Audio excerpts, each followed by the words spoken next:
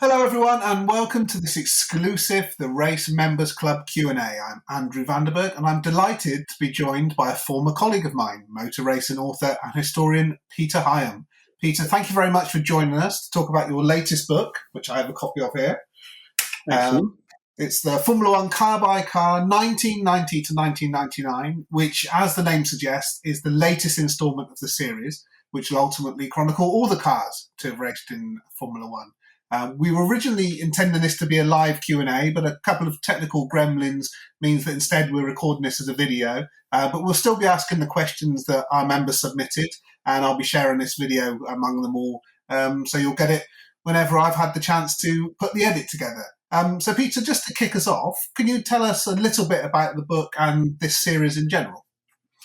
Well, firstly, I'm delighted to be joining the Race Members Club, and I got a commission from somebody I'd worked with for probably 25, 30 years, Mark Hughes of Evero Publishing, 5 years ago to produce a decade by decade history of Formula One, but from the point of view of the teams and the cars. So each year there is a chapter on a section on, say, Williams in this instance, and every team from the greats down to the minnows. And the brief was to find a photograph of every driver in every different type of car that raced in Formula One, which in the 1990s is starting to get a bit easier. But the previous volume I finished was the 1950s, and they worked miracles with Argentinian photographers to try and find everybody, and succeeded. Did you get all of those F2 randomers that turned up at Nürburgring races and everything? I think everybody has been captured, apart from one, and I won't give that away. I think there's a bit of a subtle edit there. But it's at times a Herculean effort. Some of them are from non-championship races. I mean, there was one guy in the 1950s from Australia who literally came across to the UK for 1 month, and he did 3 or 4 races, I think 3 races, which included the F2 class of the German Grand Prix. And the picture is of him in that car on the grid at Mallory Park in a minor F2 race. You know, it was just a great, moment. You go, that's it, we got him. And so all good fun. Well, I know you're a huge fan of the history of motorsport, so researching something like this is as much of a hobby as a job, isn't it? Well, it's funny you should say that, because when I was working with you at Haymarket, and before you were at Haymarket, I used to work on the commercial side of the business, as you know, and running LAT Photographic, which was alongside Stephen T, which was, brilliant, because you're running the biggest motor racing archive in the world at that time. So for someone who loves the history of the sport, that was fantastic. But I also, in my spare time, wrote a couple of books. So yeah, you say it's not a job. I completely agree. It's a real privilege and great fun. So you said that you got this commission 5 years ago. Have you been working on these books ever since? Yeah, well, pretty much one a year since then. So 5 are now out. So 1950s, 60s through to 90s are all published. As I said, from being told, yes, we'd like to commission the next book, to it coming out, it's pretty much a year of research, writing, and then the production of Evero putting it into the marketplace. So is the hardest part sourcing those pictures of everyone? And I guess in this era, you've got lots of these B-spec cars that come up in the middle of the year, and certainly in the early part of this decade, there are people who swap engine manufacturers midway through. Is that the trickiest bit? I think for the earlier years, yes, it's the starting point for the book. I always do the results first. That gives me my picture list, and then try and source as many of those pictures as possible through the main supplier for these books, which is Motorsport Images, what was LAT. And then that gives the holes that we need to find the other pictures for. So touch wood, I think 90s, then 2000s and going forward, the picture edit won't be the most difficult thing. But it is it's the first job to do, because then you're writing, seeing the photographs. If you think something's wrong when you're writing about it in the picture because it's wrongly captioned or whatever, then you've got a chance to try and find a replacement. I was going to mention the captioning, because often you've got those group pack shots from, say, the Nürburgring, where there's 15, 20 cars in there, and not every single one of them is captioned in there, are they? They're not. And so a lot of it was going back through the old archive books. I'm talking again about the earlier ones, the 50s and the 60s, and trying to find, there's the Italian Grand Prix 1960, which, as I'm sure you know, Andy, was boycotted by the British teams, and they roped in a whole lot of people who really wouldn't have started a Grand Prix if they didn't have a boycott going on. And there's a couple of them that are in the background on the straight of Monza, and it's not quite in focus or whatever, but that is the only picture we could find. But they're the special finds in many ways. Getting back to the era that we're discussing with this book, I guess this is the first point at which the internet becomes a research tool for you, because towards the end of this decade, that's when I was starting working on things like the original Autosport website and stuff like that. My brother is a computer programmer, and he got a phone call in the early 90s from another of my brothers, just saying something quite important in your world seems to have started, which obviously was the internet.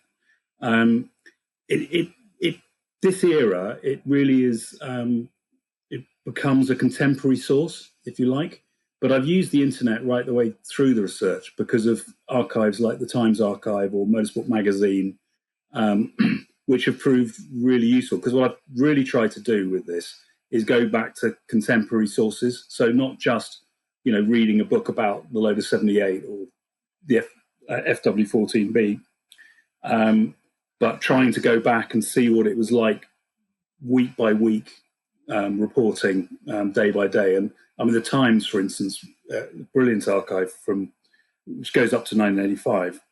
And it's really useful at pinpointing exact dates of when things happened, because if you read Autosport, they tell you the week it happened, and they may say it was on the Tuesday, and then you can work out the date. But the Times, the day afterwards, will be able to tell you, exactly when it was. And for instance, when the 1500cc rules were announced, it was at the Royal Automobile Club on Pall Mall at an event that was celebrating the 1958 World Championships for Mike Hawthorne and Van Wall, with Her Majesty the Queen was there. And apparently when somebody stood up and announced the rules for 1961, there was utter bedlam because the British just did not want 1500cc Formula One. They thought it was a terrible idea. And, quite what the Queen thought, we don't know. But anyway, it was nice reading the Times report of it because it was just entertainment.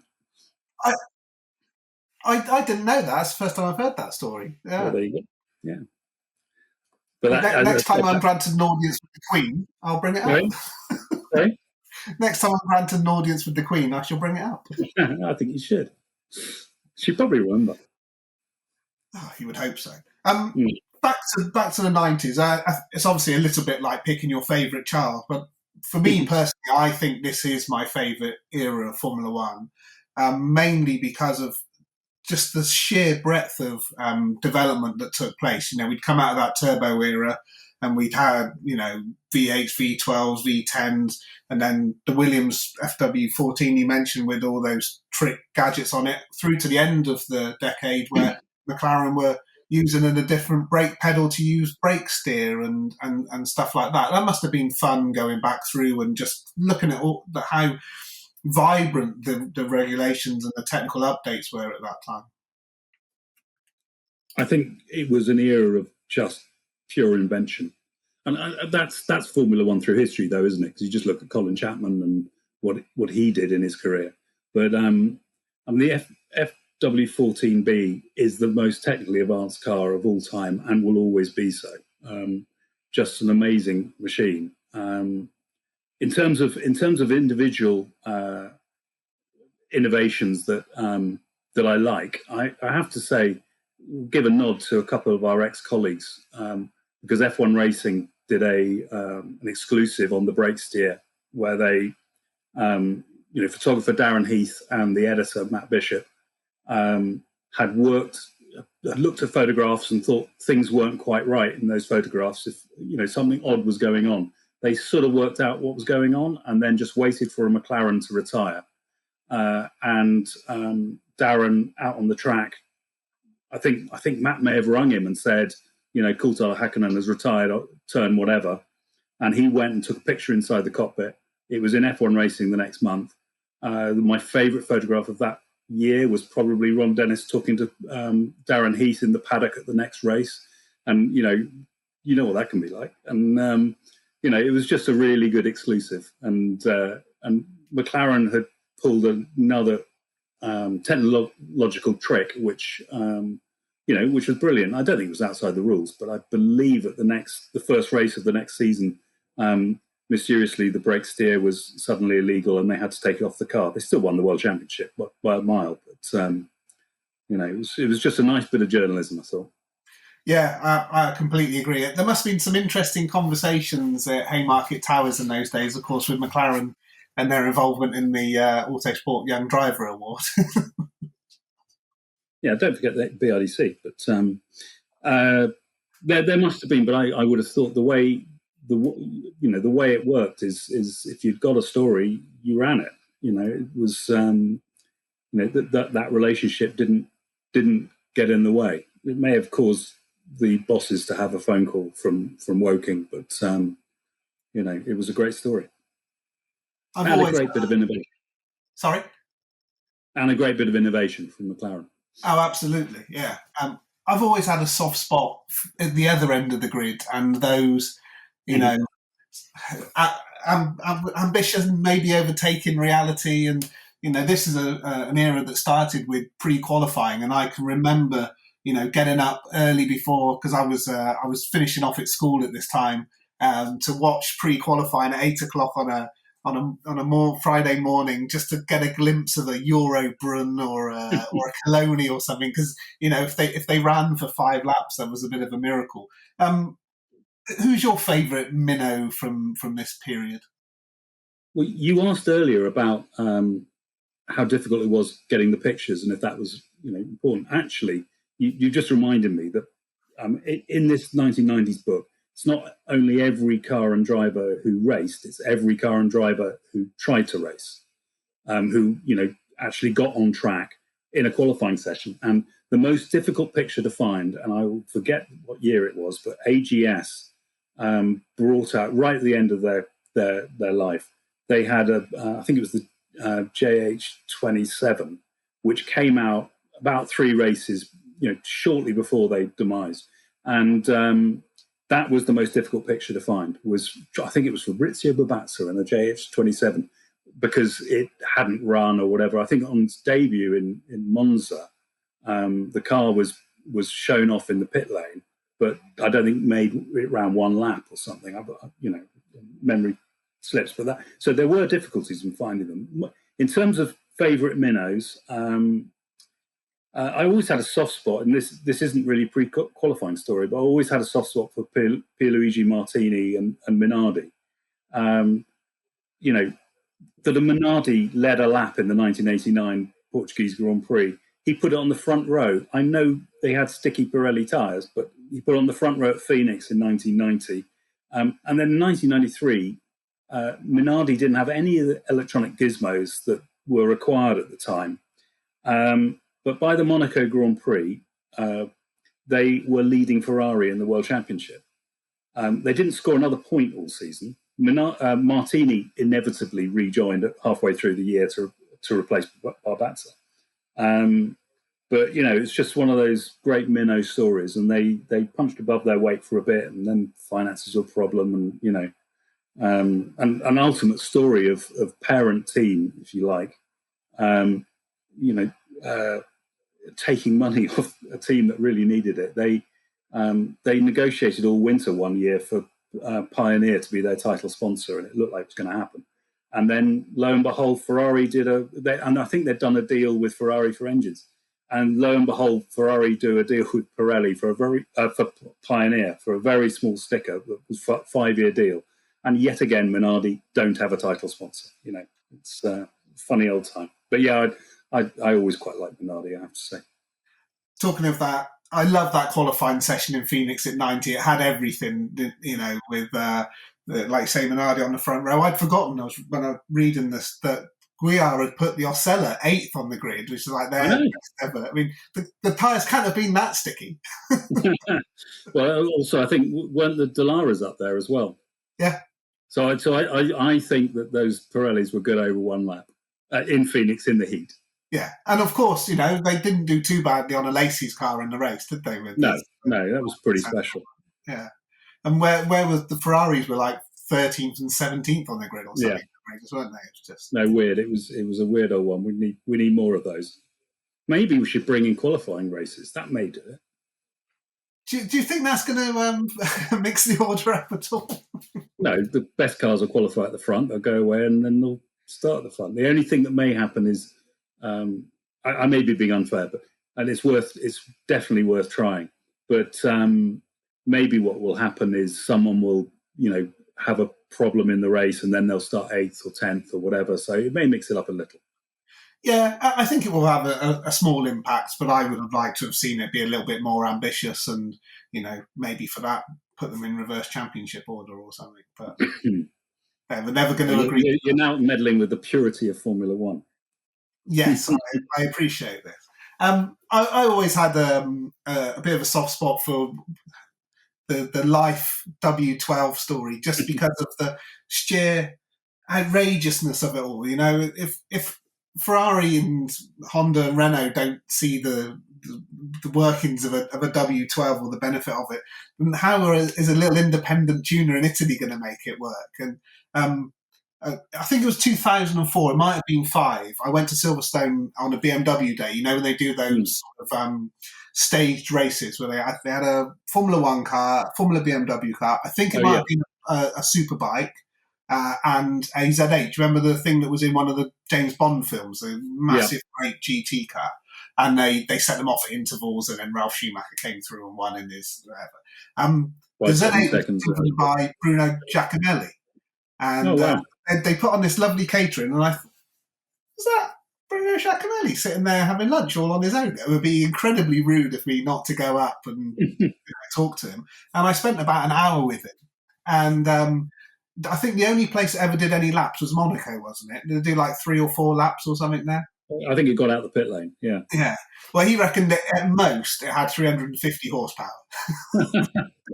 Brilliant. That was designed by a Ferrari engineer who had worked at Ferrari from 1949 to 82.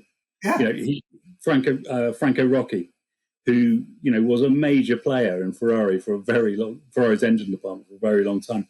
I guess it was one of these things that somebody draws and thinks this is a really good idea, and he got the man Ernesto Vita, who named his company after himself, but in English.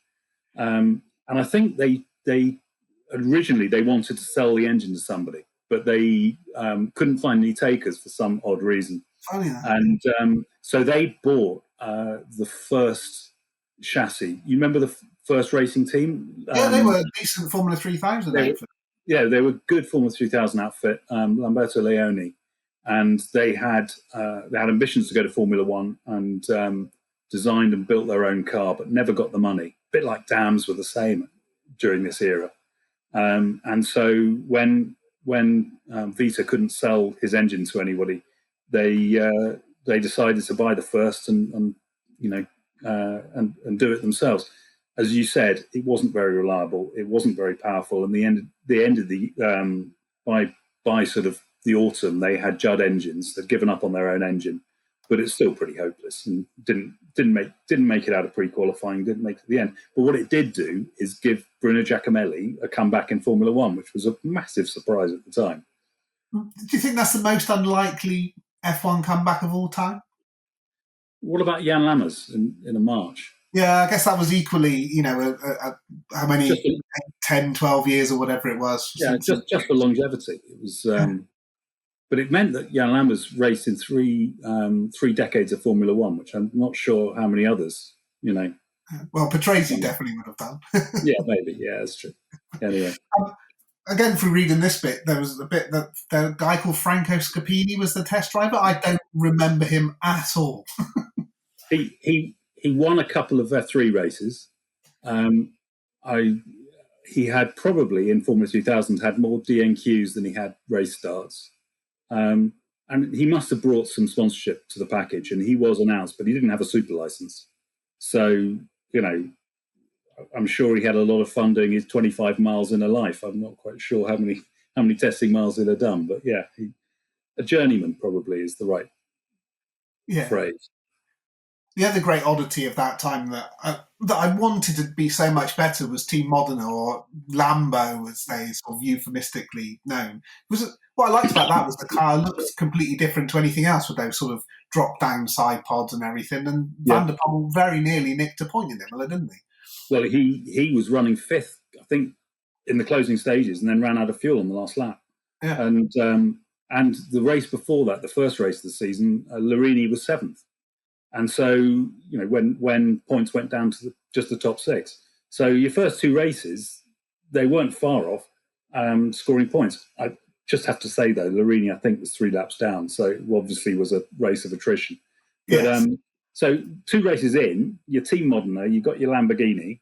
Quite why you didn't call it a Lamborghini and call it a Lambo, I don't know. But, you're thinking, we're set fair here, and I don't know how many more times they made it out of pre-qualifying, but it wasn't many. No, exactly, and that was the randomness of that. If you got the car and tyre working on a weekend, you might do it, but otherwise, you were going home Friday morning before the other teams. 9 o'clock. Well, 9 o'clock in the morning. Yeah, that was it, all over. On the subject of glorious failures, the '92 Ferrari with the twin chassis and whatever, I always thought that. Twin floor, yes. I always thought that was a brilliant looking car, but a total dog in an era of dog Ferraris. Well, yeah, but they were some beautiful ones. I think those cars, they look great. You're right. The twin floor concept didn't work, and Ferrari really in the early 90s just had car after car that didn't quite work. There were always machinations about having the Guildford Technical Office, and Maranello weren't happy, so there was all the typical Ferrari infighting. But it was this era when, and that was a beautiful car without a doubt, and it didn't work without a doubt. Yeah. But that year, I think it's around that time that Luca Montezemolo came back. 1993. I think it was 93 when Jean Todt arrived. So you started to get and obviously Michael Schumacher joined in 96. So there is a long, slow process of regeneration at Ferrari through the decade. And, the book ends 1999, obviously, when, again, they haven't won the World Championship, but, they're about to be one of the most dominant teams of all time for the next 5 years. The red cloud is looming in the background, isn't it? Yeah, it's as the credits roll of the 1990s, you could see the sequel is coming. My favourite little bit of Alesi in that era is in the '93 Portuguese Grand Prix, where he just makes that most amazing start. I think he's fifth on the grid to lead into the first corner, and that car probably qualified 1.2 seconds or more off of pole for that race. Yeah, he keeps in the lead for a handful of laps. It was just brilliant to watch in that era. Well, it's easy to forget what a hero Alesi was. When he in a Tyrrell, who were, it was a rare time where they great technical innovation with the Anhydrel front wing. But even before that, in the 018 at Phoenix, battling Senna wheel to wheel, being passed by Senna, but then having the audacity to retake him, and he was just the blue-eyed boy of Formula One, to the point where he already had a Tyrrell contract. He then signed for Williams, and then Ferrari came knocking, and so he signed for Ferrari. He had 3 contracts at once. It was just or lesser than 10th or whatever. He was announced as driving for 3 different teams during the season, and he chose Ferrari in the end. And for the following season, you just wonder, with Williams so dominant at the time, could there have been a very different story if he had gone to Williams? He would have won a lot more than one Grand Prix. I think he that's, would. Yeah. He would. My wife used to translate his column for Autosport, and so we were a bit Alesi fans, because we knew that on the Monday morning she'd have to translate the column. So the 1995 Canadian Grand Prix, my son at the time, who will have been 4, was a bit of a Schumacher fan, and we were watching. I was watching the 95 Canadian Grand Prix, Schumacher leading, going to win, Alesi second. Schumacher breaks down, and I just shout to next door, because my wife wasn't watching this. I said, Jean's going to win his first Grand Prix. I had my son in floods of tears, and I had Francois in floods of tears because Alesi was about to win. It was just a really good day. And I was saying, Luke, Schumacher will win loads more races, but this is a unique day. Earlier in that season, I think it was, if it wasn't my first, it was one of the first bets I ever laid, which was for Ferrari to finish 1-2 at Monza. And obviously, I was already spending the money after Hill had taken out Schumacher and they were running in the lead. And then, is that the year the camera fell off Alesi's car into Berger? Exactly that, yeah. So they were both taken out by an external part. That's unbelievable. But I think that just sums up Ferrari of that era. I think there was the previous year where Alesi was leading by miles, but he gave it too many revs after the pit stop and burnt the clutch out or something. And it was, they were brilliant at snatching defeat from the jaws of victory. They were, but cars used to retire in those days. They did. You never quite knew. The race was never over because. And sometimes the driver would switch it off when he's waving to the crowd, but that's another story. Yeah, we did a bring back V10s on that, and I was drafted in as the resident Nelson Piquet fan just to give his side of the story. And I'm sure even today he can raise a nice little smile when he thinks of coasting past Nigel and Hairpin in that race. Well, that was personal as well. Yeah, 100%. We're recording this on the evening of Thursday at Monaco, so this was the first day where the much vaunted Golf McLaren livery has been out on track. I think it's cool. I think it's a bit unfortunate the biggest story in F1 is about a team painting the car that way, but it did get me thinking about liveries, because I think there were some absolute beautiful liveries from this era. So I wonder what your personal favourite was. I know which one was the worst. Oh, go on. Which has to be Scuderia Italia Lola in 1993 with Chesterfield. Yeah, white, red, and orange. Just hideous. It was the most striking thing about the car because it was a terrible car, but but it was hideous. So basically, managed to make a worse F1 car than that one, though, wasn't it? That's true. I think people will always say the 1991 Jordan was one of the prettiest cars of the decade, and part of that was the green and blue livery for 7-Up. I've got a bit of soft spot for the year that LaRousse, was it 94 maybe, had 2 different liveries because they were sponsored by the Kronenbourg brewery, and they usually ran on a low alcohol or no alcohol sponsor, Tourtel, which was another green livery. Yes. But I really like the Kronenbourg white and red quarters, if you like. I thought it was really striking. But yeah, you're right. There were some great liveries. And I don't think there's ever been anything else like that. Yeah. No. I always I don't know whether green is a good thing, but I always thought the Leighton House looks beautiful as well. It was a great colour, definitely. I ended the decade working for LAC Photographic. We had the photographic contract for BAR when they came in 1999. And if you remember, it was meant to be dual livery, but that was somehow outlawed because they were precocious newcomers, I think. And so they had this zip livery, which was 555 on the right-hand side and Lucky Strike on the left. And the basically we had to photograph it so it looked like it was one cigarette livery for one driver and another cigarette livery for the other driver. And I think that caused issues, but it was an interesting color scheme, I have to say. Well, the 555 one should have worked because it looked mega on those Subarus of the era. Yeah, well, I think when they launched the two cars in their individual liveries, and it did run once in pure 555 livery, I think, in China, not that year, but later in the 2000s. I think I'm right there. It did, yeah. It looked great. It was great color scheme, the blue and the yellow. But obviously the authorities didn't think it was a good idea for Formula One. Another thing that this book jogged my memory on was Shannon.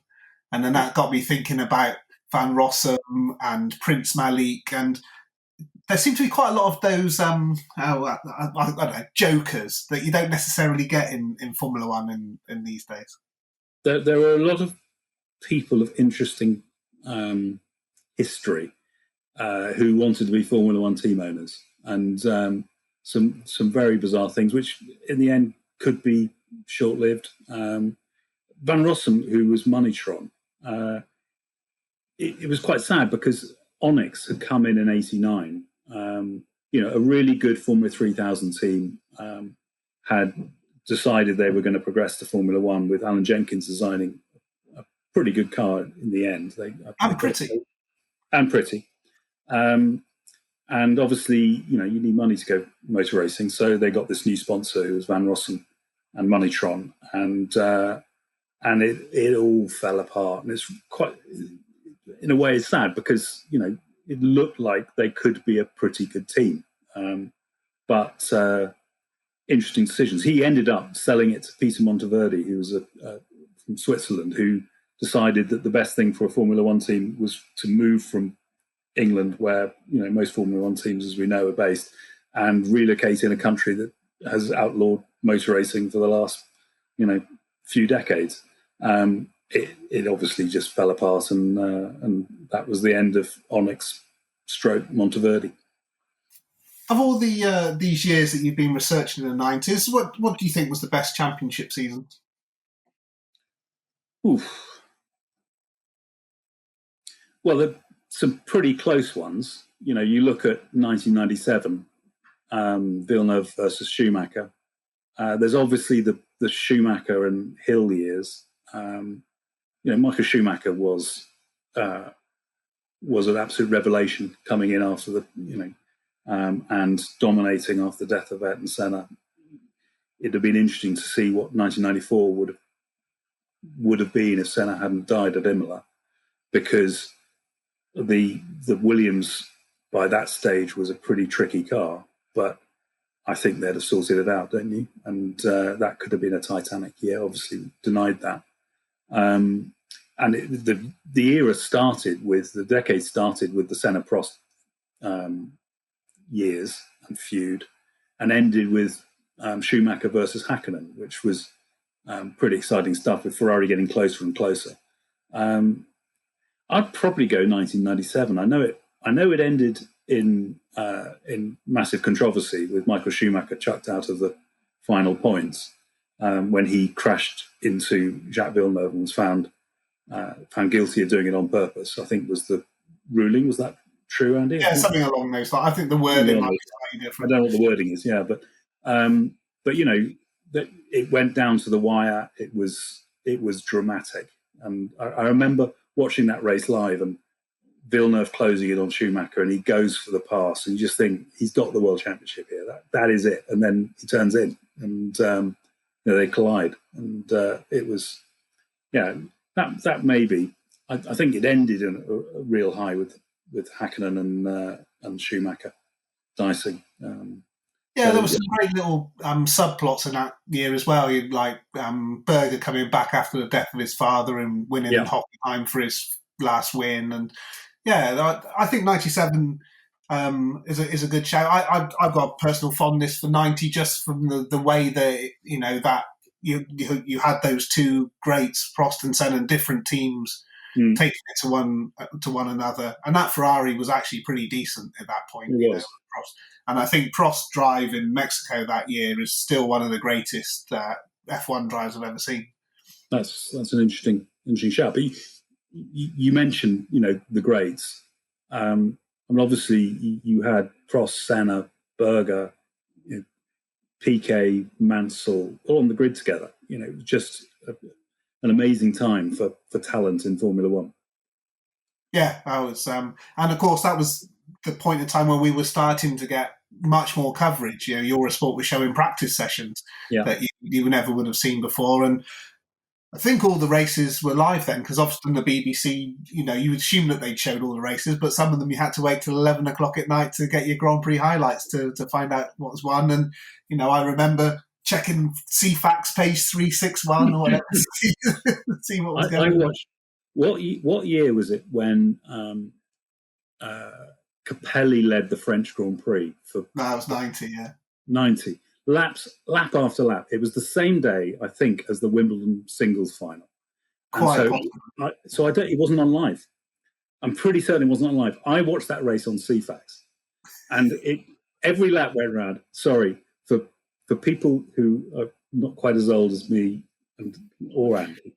CFAX was an information service before the internet on the BBC, and basically it showed the leaderboard each lap, and it had the time difference between Capelli, who was leading in a Leighton House march, and Prost, who was in the Ferrari, and it was coming down every lap by, it was 10 seconds, then it was 9, then it was 8.5. I'm thinking, come on, Nathan, hold out. And he didn't. Prost won. I think it was Ferrari's 100th Grand Prix win, I seem to remember.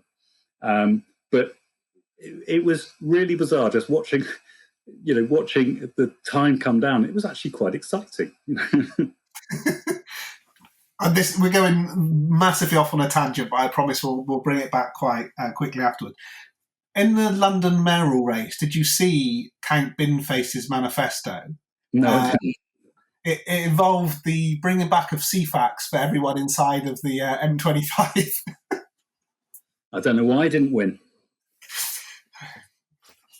Voters say, can't trust them. Sorry, we are off tangent. The other thing about CFAX is they didn't have any motor racing correspondence, so they just responded to press releases. So I remember trying to find out a Formula 3000 result. I think it was Enna or something, and it just said, John, I've forgotten who it was, say John Jones and Paul Stewart finished 8th and 9th for Paul Stewart Racing. I'm going, who won?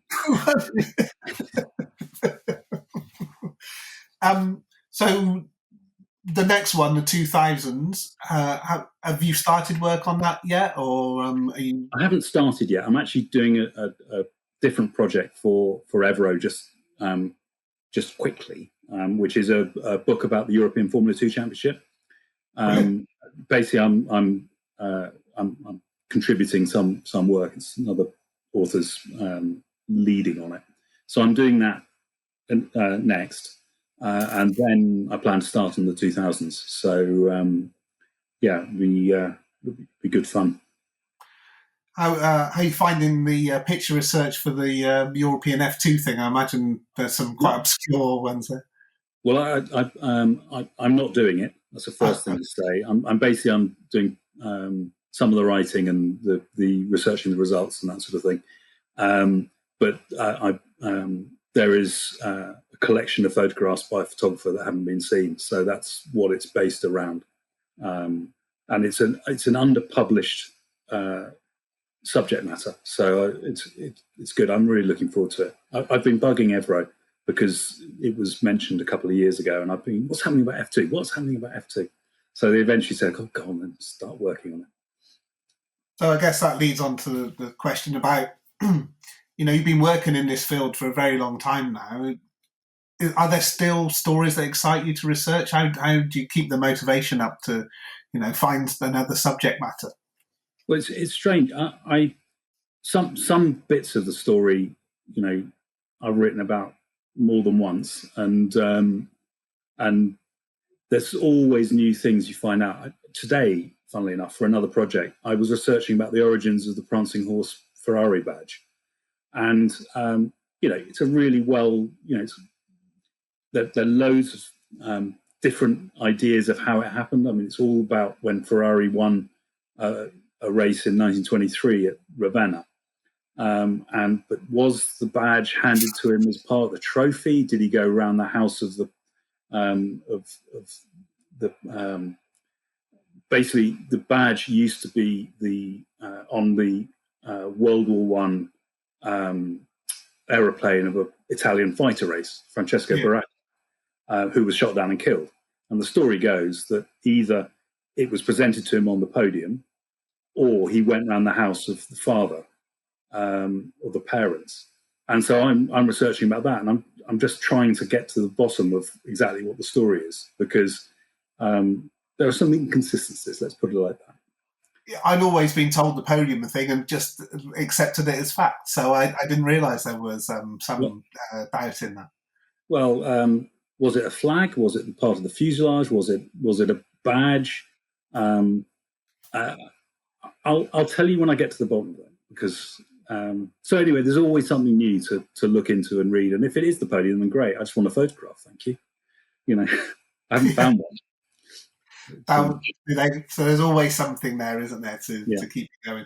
Well, the best of luck with the Formula 2 book. I know that's something that's been, in the process for a long period of time. So if that's able to see the light of day, I think that would be a good bit of work. And I look forward to 2000. It's a good job we do one a year, because it'll take me the best part of the year to get through all of this.